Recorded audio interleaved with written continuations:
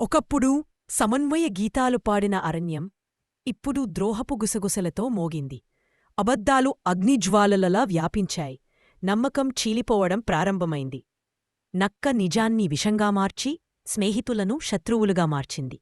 పులి బలం గురించి గర్జిస్తూ వాగ్దానాలు చేసి కోతి మాత్రం సింహం పాలనను ఎగతాళిచేసి అరణ్యం రెండు భాగాలుగా చీలిపోయింది.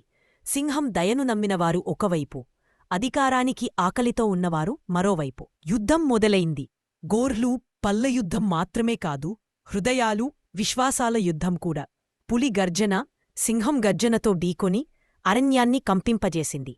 ఆ గందరగోళంలో సింహం నాశన చేయడానికి కాదు, రక్షించడానికి పోరాడింది. అతని బలాన్ని న్యాయాన్నడిపించింది, అతని గర్జనను ధైర్యం నింపింది. ధూళి కూర్చుకున్నప్పుడు అరణ్యం వణికింది. ద్రోహపు యుద్ధం ప్రారంభమైంది. రాజ్యం భవిష్యత్తు తూగుతున్న తాటిపాకలో నిలిచింది. తరువాతి భాగంలో చూద్దాం. లైక్ చేసి షేర్ చేయండి, సబ్స్క్రైబ్ చేయండి ప్లీజ్.